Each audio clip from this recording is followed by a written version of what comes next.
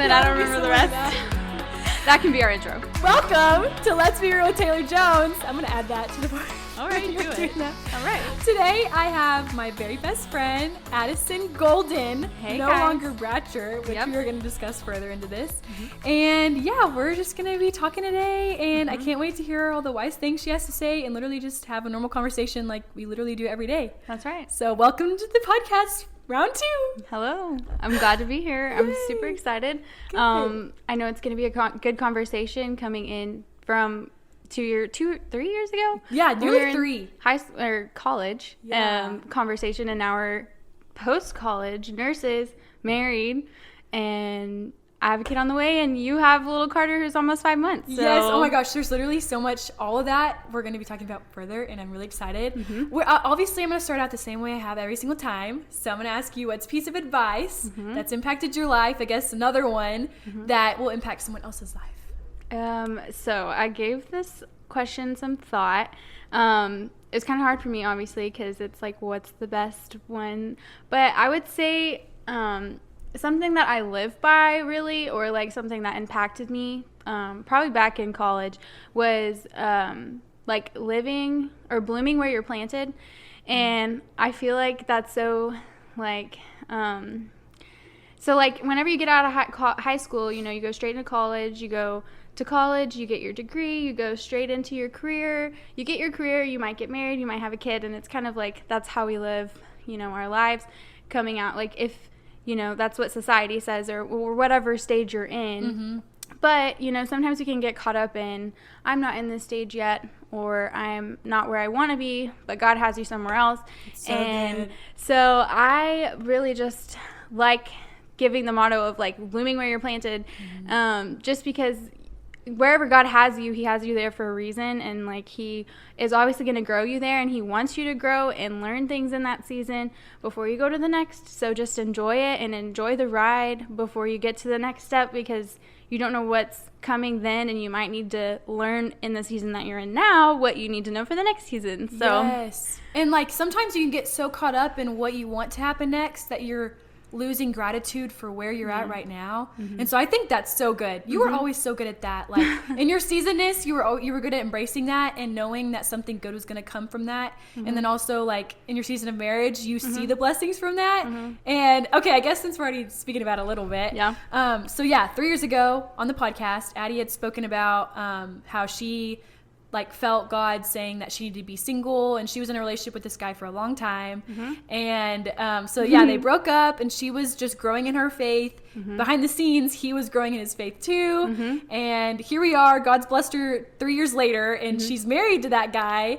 And they have a kid on the way. So I just wanted you to talk a little bit about like how you bloomed where you were planted in those seasons, and just like life since then, and then how God worked in y'all's relationship to bring y'all back together in like a healthy way. Right. Yeah. So each stage, you know, when I was in nursing school, the Lord like put on my heart, like, be single for nursing school. And I was like, okay. And I heard that loud and clear. So I kept that in my spirit, and it kept me from being distracted and like just having my eyes on him, and, you know, focusing on being intentional on friendships. And so then once I graduated nursing school, the Lord had put Garrett on my heart, my husband now.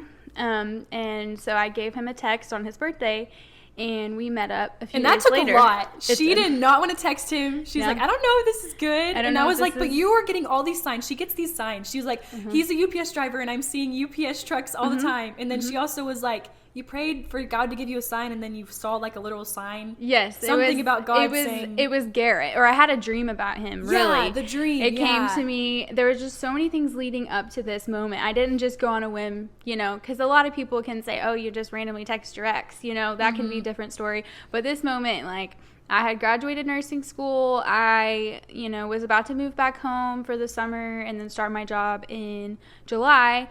But I had to really pray about that decision. And so his birthday came up, and I really felt God like telling me to tell him happy birthday. And so I was kind of hoping he would ask me to lunch, and he did. And so it happened a few days later, and we sat at a coffee shop for I think it was like 6 hours. Yeah, like, I remember it was the whole day pretty much. It was like the whole day. We were catching up, talking about how God has moved in our lives, how much we've learned and grown. And so then we went on another date, and that lasted about 5 hours, and it lasted a whole day, really. And it was so pure. Like, such pure conversation, you know? It was, because we didn't have any expectations. Like, I was going in, like, this is either going to be us moving forward and starting a relationship, or this is going to be us, like, forgiving each other and moving on and just having peace at where we were. And the Lord, obviously, you know, you see us now where we are today. But from that moment, you know, it just took those honest conversations and being real and open about what we saw in our relationship and, like, things that could be different, and moving forward with God at our center point. And that's now, like, the foundation of our marriage. And so, you know, we went into the season of being boyfriend and girlfriend for, I guess, a year. And then July of 22, we got engaged at North Carolina. Yes. And then we came back home, planned our wedding, and we got married like 5 months later in November. Yeah. So we were ready. We knew that we were going to get married, so we were like, let's do it quick. Yes. So we were excited, and since then it's been, I guess, we're almost 8-9 months into it, and it's been the best 9 months ever, and now we're expecting a little one. So it's crazy how all those things happen, but each stage, us being, you know, boyfriend and girlfriend, we had to be intentional in pursuing each other. And same thing with being engaged. You know, we went to marriage counseling with a really good couple that we know. They let us, and he actually married us, Timmy and Tammy Yuri both counseled us. But they were great in setting us up for a good marriage, and I'm thankful that we submitted to that and went every week faithfully, because that really, like, gave us a good foundation for a marriage and led us in the right direction. And we still use, like, to this day, everything that they taught us. Yes. You know, so, like, there's different stages, but we had to be still and, like, abide in Christ where he had us in that moment, you know, singleness, being engaged, or, you know, boyfriend and girlfriend, and then engaged, and now marriage. And each stage looks so different, but just abiding in that stage, blooming where we were planted in that, really, you know, excelled us. Of it. Yes, excelled us to where we are today, you know. And if we wouldn't have been intentional in each season, then we wouldn't be where we are today. So, you know, it just and I love that they did the marriage counseling just before marriage, just to, like, be intentional with each other and, like, learning, you know, little tips and tricks on how to, like, have a healthy marriage is really, I think that was really great. Me and Jake didn't do that, and, like, obviously our marriage is still great, but it would have been really nice to have some, like older people that are wise to explain different things. And I've had, like, I know several friends that have done that, so 10 out of 10 recommend that. That was great for her and Garrett. Yes. And I loved how whenever they got back together, she had really no intentions with it. She was like, no malintentions. Like, you only were pure-hearted. You were like, we're either gonna find, like, healthy closure this way, or maybe find our way back to each other. And it was so great, because it was not like, you knew it was a sign from God, because there was no toxicity in it. She was so confident in herself and himself as individuals. And I think, you know, that's why God had separated y'all for a little bit, because he was like, wait, I need to point y'all back to me, and not, like, maybe idolizing different things. I don't know, idolizing different things that weren't him. And he wanted y'all to grow as individuals. And I know for sure Addy did. And from however she's told me, Garrett grew into the man of God that like is leading them in their relationship in the best way possible. And so it's so crazy how God can, like, give you a break from each other for a little bit to bring y'all back to be so much stronger. And I've just loved that. It's been so cool. And I always knew it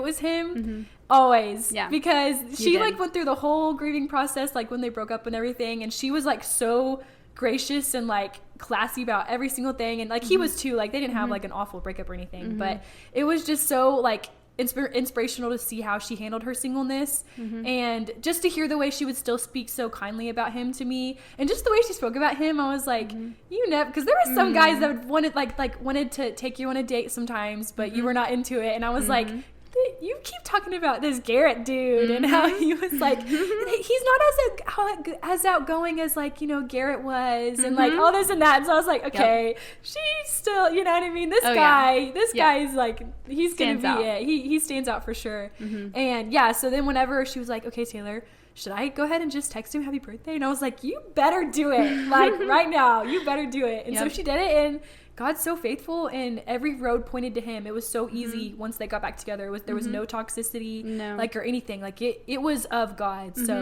and that's what I'm saying. Some people, they will do stuff like that, and then it does turn toxic, but y'all literally, like, it brought y'all so much closer, and like, you're happy all the time. Like you're so happy, you're so confident, and like he is too, and like y'all are just the sweetest together. Like it's just so great to see how God blesses you when you listen to him and you have faith in his plan. Even we don't even know how it can come, like what comes of it. And just being obedient to like what he says, because I don't think if I was single during nursing school, I wouldn't have learned half the things I did being single. A lot of that is being an intentional friend, because I did date him for a long time in high school, and I felt like I wasn't intentional with my friendships, and I might have not spent time with friends. And then when I got into college and got into nursing school, I had like all these best friends and so many people to meet and talk to, and like that is my passion, is just like talking and loving on people. So I just got to really like live that out. And so if I wouldn't have been single, I would have been distracted and dating, whatever it may be, and I got to focus on my faith with being involved with Paradigm. And so I was just thankful for that season. If I wouldn't have been obedient and like done everything, or, you know, listened to what he said, I wouldn't have been as, you know, prepared for the next stage. Yeah, you know, exactly. And I mean, you still are an intentional friend even with him. So it's just so good. And I do like, so there's like a million amazing things about marriage, but like what's your favorite thing about marriage, or what's things that you love about marriage? I would say being open and honest with your spouse is so freeing, because you know, like, you both made a commitment to each other, and there's so much freedom in that. And so when you talk to one another or you have a disagreement, like, you know, like, you're locked into matrimony, like, with God, and we're both not going anywhere, obviously, you know. And so it's like just so freeing to know, like, we have each other always and forever. And I think it's just freeing to have him, like, understand me. You know, marriage, like, you learn a different side of that person you never knew before. Yeah. Even when you're dating, you get married and you're like, oh man, it's still different. You're like, okay, like, I'm still learning who he is, and he's still learning who I am.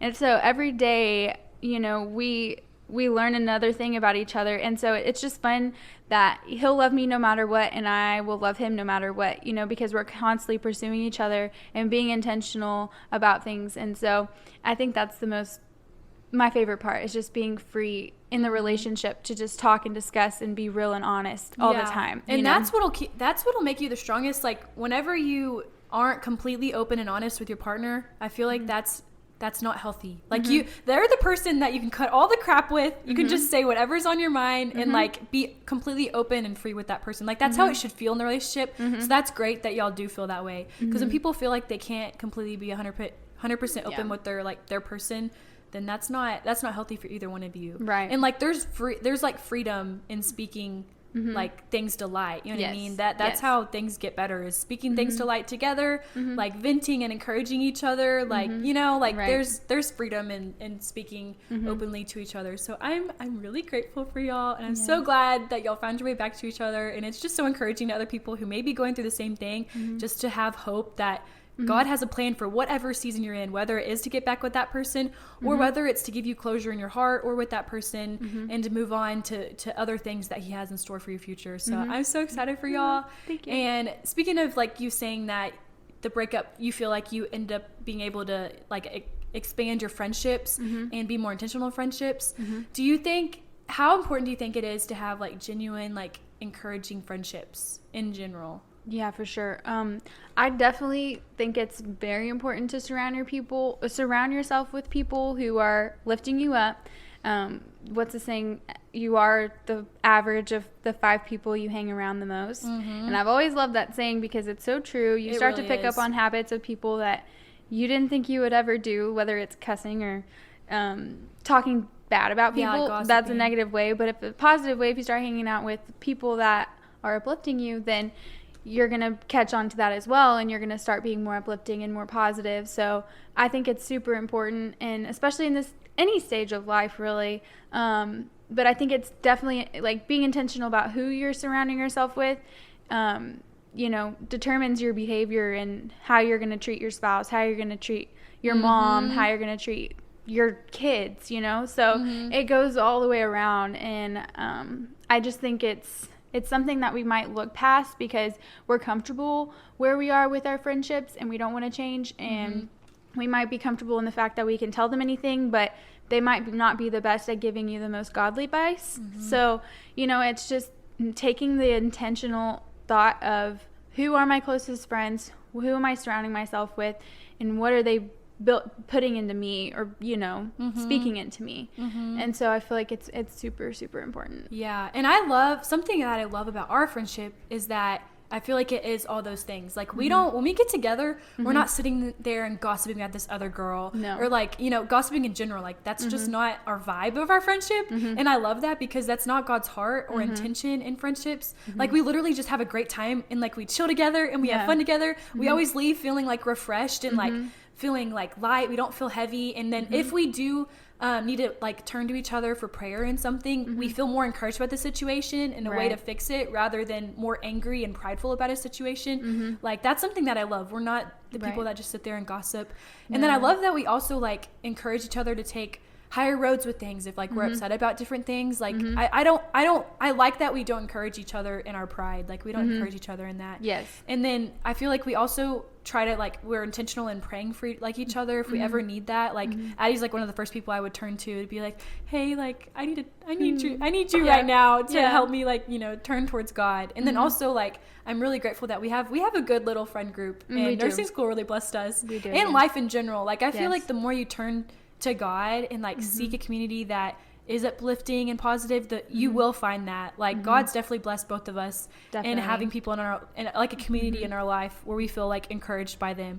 And so I don't know, I'm really grateful for our friendship. And friendships change a lot through each season. Like in high school, it's different, and then you get to college, it's different. Nursing school is different, and then after college life, being like an actual adult is like all different. So like what's something that you feel like you valued about friendships after college and like as like a young adult? Like what's something that you feel like you valued about friendships since then? Well, you think back in high school, I was a part of a sports team, so I was always close to my friends. I was always with them at practice. I was with them at games and all the things, and I didn't have to really be intentional about seeing them because I saw them at practice. And then you get into college, and then you're living on campus with all your friends. You're seeing them every day at class, activities, all the things that are scheduled. And then nursing school we saw each other all the time because we were either studying or doing all the things. We weren't really having to be intentional about seeing each other because we lived in the same town. Literally. And it was just a lot easier. And now coming out of college to post 2 years, which is crazy. Insane. Now it's like we live, a town away, or our friendship or our friend group, we kind of live in sporadic towns close to each other, but like still, 30 minutes away from each other. And so now we have to like make the intention of like, hey, when are you off? Like whether it's scheduling it in a month in advance, if that's what you have to do, like do it, because it's so worth it. And I feel like it's easy to be so selfish with your time off, like days off. When you're a nurse, you work 3 days and it sounds so awesome. But then those days off in between, you just want to sit on the couch and do nothing. Yes, especially when you're pregnant, y'all. Oh, especially when you're pregnant. Yes, it increases it 10 times more. And so you really have to have the intent, like the Lord literally give you that energy, pray for that energy to get you out of bed, get ready, get dressed, go to breakfast with that friend, go to lunch, go support your family member at a game or whatever it may be, just whatever activity it is, like, give your time away, because that's where the enemy, he wants us to be selfish. He wants us to hold on to it and hold it on to ourselves. But the Lord, like if we're, putting our time into people that are intentional, you will be built up by those friendships, and you will be, filled up your cup. That's how I see it. Every time I see you, I'm like, my cup is just a little bit more full because I saw Taylor today.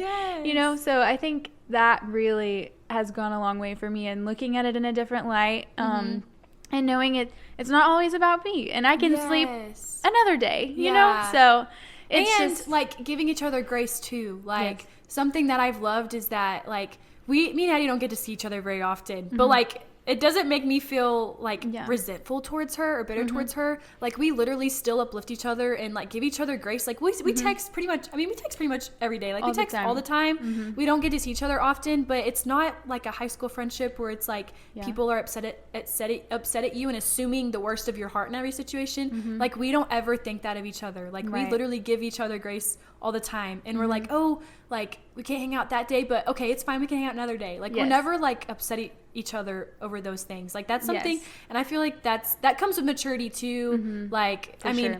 we also know each other's hearts. Like, something that you need to like know is your friends' hearts, and like not always assuming the worst of them. Like, oh, she's just trying to ditch me, or I don't know, victimizing. You're thinking too much of yourself, like you were saying. Like, you have to think about yourself less and be like, you know what, she probably has a lot going on, or you don't know what's going on in her life exactly right then. You know what I mean? Like, we give each other grace all the time, and like we never assume the worst in each other. So and like we always, anytime we do see each other, you're right. Like, my cup is always filling up a little bit. I'm never feeling like my cup's being taken away from, and that's something that I do love about our friendships. And there is a time and place where sometimes you do need to pour a little bit more into a friendship, knowing that you're not always going to get that in return. One, you need to know that you're strong enough for that, because I don't know if you remember, there was like someone in college that I had to take a step away from for a little bit, because I just didn't feel like I had enough in my cup to pour God's love into them. I was kind of just like I was like, I don't feel like I'm going to be the nicest to this person. So I feel like I need to take a step back and set those boundaries a little bit, and that's okay too. But especially if like Addie's my best friend, I know her heart, and I don't need to take offense to anything. That's not, she never is meaning to offend me, and like always giving each other like pace of grace. Like, that's like the biggest thing, and that's something that I like genuinely like love and cherish about our friendship. And something that I'm really loving is that she was like totally, like, she's such an intentional friend. Like, she was literally there for me my like entire, not even being pregnant, like entire post college life. Like, we were there for each other starting our careers. She was there for me when I got pregnant. She was there for me since I've like had Carter and all the postpartum struggles with that, and then now she's pregnant, and there's just so much that comes along with pregnancy and everything. And I love the way that you've handled yourself during your pregnancy, like with such grace, and like giving yourself so much grace. And then I just wanted you to give advice to any like other struggling pregnant mamas out there who just maybe are struggling to find peace in pregnancy and give themselves grace. Like, what's advice you would give to other pregnant women? My advice would be to not feed into fear. I feel like that's the biggest thing about pregnancy, is there's so much fear involved with it. All the risk, all the things that come along with it, and all the things that can go wrong that the apps will tell you about, and that the Instagram reels will tell you about. And that's really easy to fall into and listen to, but don't do it. Because I've had to, right off the bat, as soon as I got pregnant, I started seeing things that popped up on reels on Instagram, and my feed, I was just seeing it way more. You know you're old when you're watching Instagram reels and not TikTok. I don't have a TikTok. I can't do it. But I do the reels, so same thing, whatever. But yeah, so those things will pop up, and I just had to really set my mind early in the game, like, okay, I'm not feeding into this. I skip it. As soon as I see something negative about pregnancy or whatever, I'm like, skip. Like, I am not going to feed into that. And it has helped me mentally not think about those things. And my husband's really good about, keeping my mindset out of fear, because there's sometimes like I'll say things and he'll be like, did you read that on the internet? Or something. And I'm like, okay, yeah, you got me on that one. Yeah. So I just have to be careful about what I'm feeding myself and make sure I'm not reading into it too much, because I'm a very big, like, detailed person. I want to know what's going on right now. And, and you can really freak yourself out about, oh, I can't do this or do that, which there are things you shouldn't do, but you don't always, just think about 100 years ago, they didn't know any of that. We all came out we fine. Overanalyze everything. Yes. Yeah. And so I think it's just good to keep yourself like in a mindset of, okay, the Lord put this baby inside my womb at this time for this reason, for this purpose, for them to be born on this day, and they're going to be in this grade with these kids, and they're going to make a difference. And like, that just gives me so much peace in mind. Like, I'm like, okay, he wanted me to have this baby at this time, and they're going to be on this earth if that's what they're meant to be for, you know? And so I just have so much peace knowing that, and knowing like it's not all up to me, it's all up to God, and he's the creator and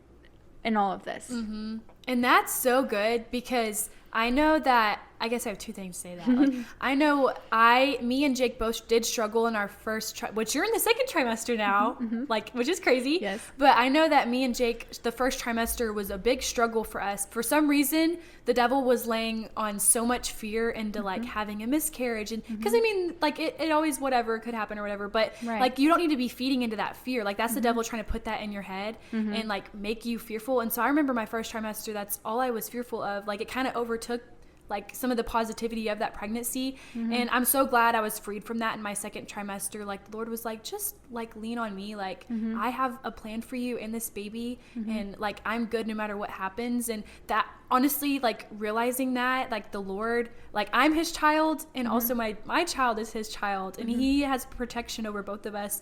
And that gave me so much peace. And I'm so grateful that like he delivered me from that fear. And so like, it's been so inspiring to see how you've handled that so far. And like, you've literally just been living your life, and you're just so like happy and positive. You also give yourself grace, and you know when you're doing a little too much, and you're like, okay, I know soon I'm gonna have to rest for a little bit, which is always okay. Yes. And also, what was the second thing you were talking about? Oh yeah, when you mentioned that like, God like created this baby at this time. And I have the exact same mindset. Like, I hate when people are like, I personally don't like when someone says, I can't imagine having a kid right now, like, because I'm like, man, I am so excited to have a baby at this time right now. Like, the Lord has literally made this happen, and like, he knows that he created me to be this baby's mom at this time, and I'm gonna get to store this baby and to love the Lord and lean on the Lord.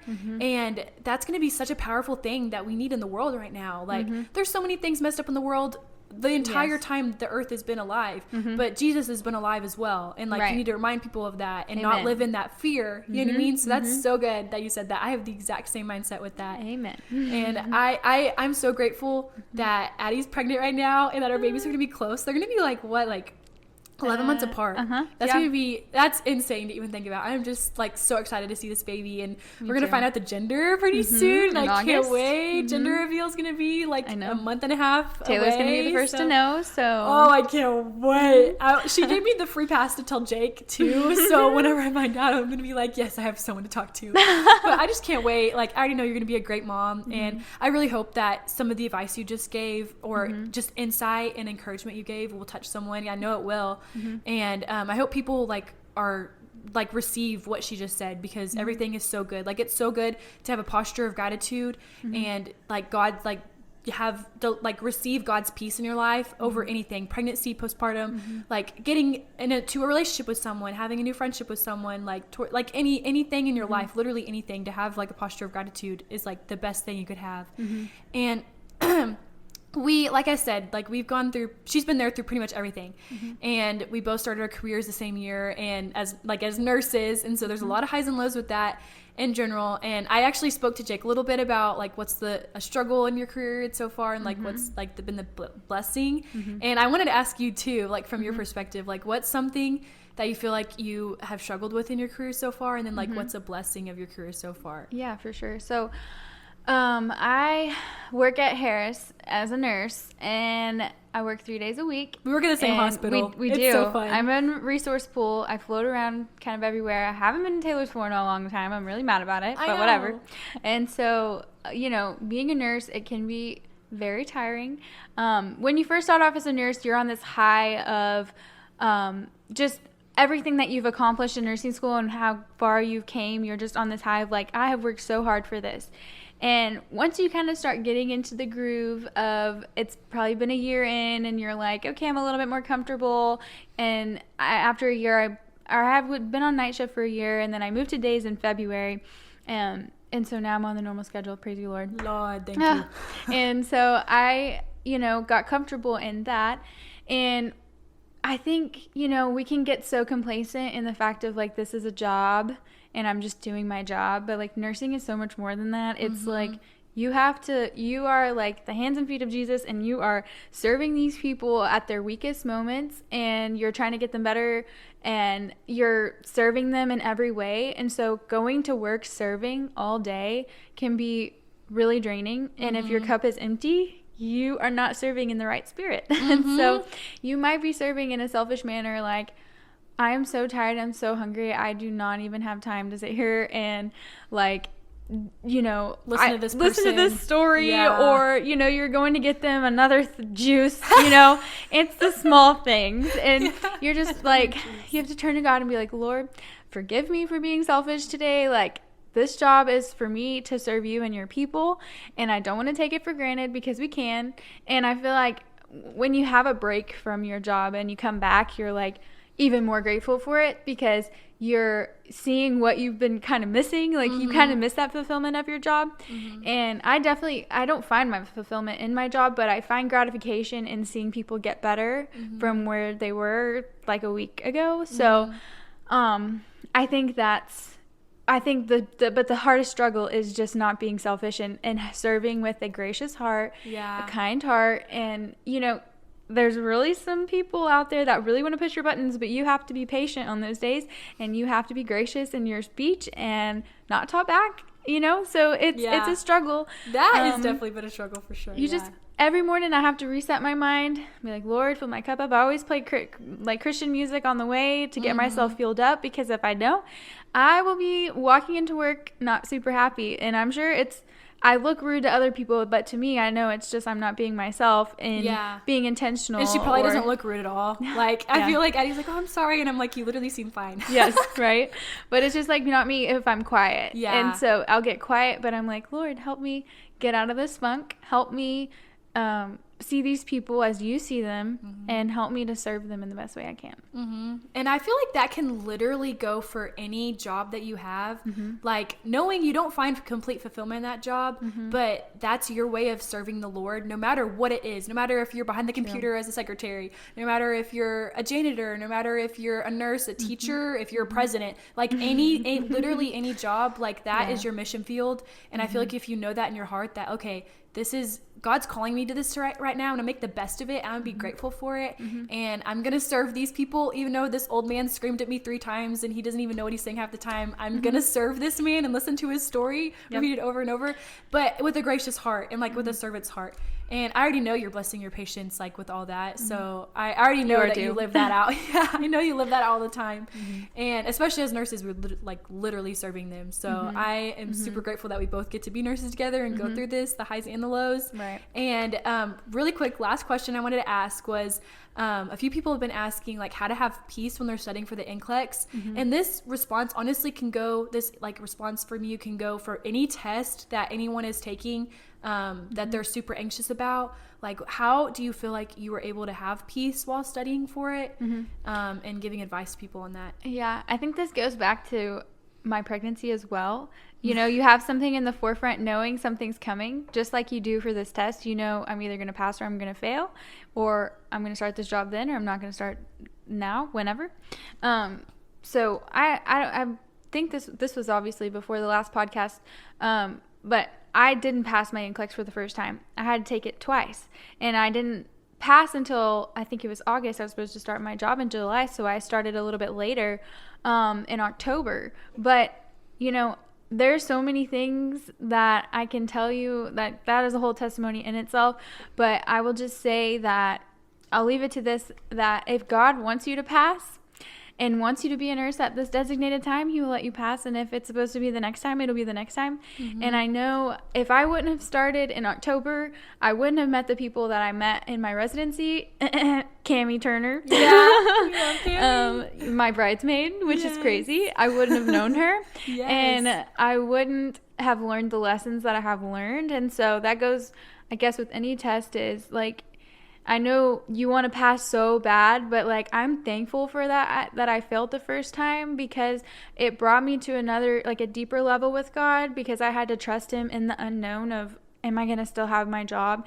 Am I going to be a nurse? Like, God, what do you want me to be? Like, I totally had to just be just completely vulnerable. Yes. And just like lift up my hands and be like, God, this is all you, because it's not me. And I think just having peace in the fact of, if God wants you to be a nurse, he'll let you be a nurse. If he wants to be a teacher, if he wants you to be a lawyer, to pass your LSATs, like, he will get you there by his grace and his means, and in his time. Yeah. And it's so good. I love that, like, you felt like open enough to say that. There's like, and she has been such a walking testimony for everyone. Like, it doesn't matter if you do pass that test the first time or the second time. Like, either way, you're still in your career and you're doing just as good as anyone else. And I know that you've encouraged so many people in just that testimony alone, which, yeah, it is like even longer than that. It's so like inspirational. But there is like, you just need to try to find like peace, knowing that you definitely do need to like be trying your hardest, and like no matter what, God is gonna, like, it's gonna be in his time. So if he wants you to take it again, like Addy said, she made some of her best friends ever, and she would not have made them if she would have been in the same cohort, like the first cohort. Like God wanted her to be in that next one, and God may be preparing you to like to just be waiting because he doesn't think you're ready for that yet. Like there's so, like, you just have to have, I don't know, like, it's kind of like a mindset of gratitude for each thing, and just like a faith in God, and no matter what, like his plan will play out how it's supposed to in the right time. So just lean on him. Just try your hardest to lean on him, and no matter what, like, God's good no matter what at the end of the day. That's right. If you don't get what you want, God's good. If you do get what you want, God's still good. So you just have to have that mindset no matter what. So I just really hope someone feels super encouraged after this podcast, because I do. This is just conversations that we literally have like every day when we talk to each other. And we literally had, when she pulled up to my house, we were like, okay, we have to stop talking because we have to start this podcast, because there's already so much stuff happening that's so good. And there's just so much encouragement in the life. She spoke about pregnancy and getting back with someone, and the marriage, the like being blessed by God and being faithful in him, and singleness and marriage and every single season, and just blooming where you're planted. Like, that's just so good. And I just really hope people feel encouraged by this, and I'm just so grateful to have a friend like Addy, and thank you so much for coming on the podcast. Thank you, Taylor, for being obedient to God and just listening to his voice and doing this podcast and wanting to encourage other people with your heart. And so we thank you for putting this together. You're the best. Well, thank y'all for coming, and let's be real. Yeah, bye guys. Thank y'all so much for listening to season 2 of Let's Be Real with Taylor Jones. Don't forget to subscribe to this podcast and follow my Instagram at TaylorNJones_ to stay up to date with new and upcoming episodes. Thanks for listening.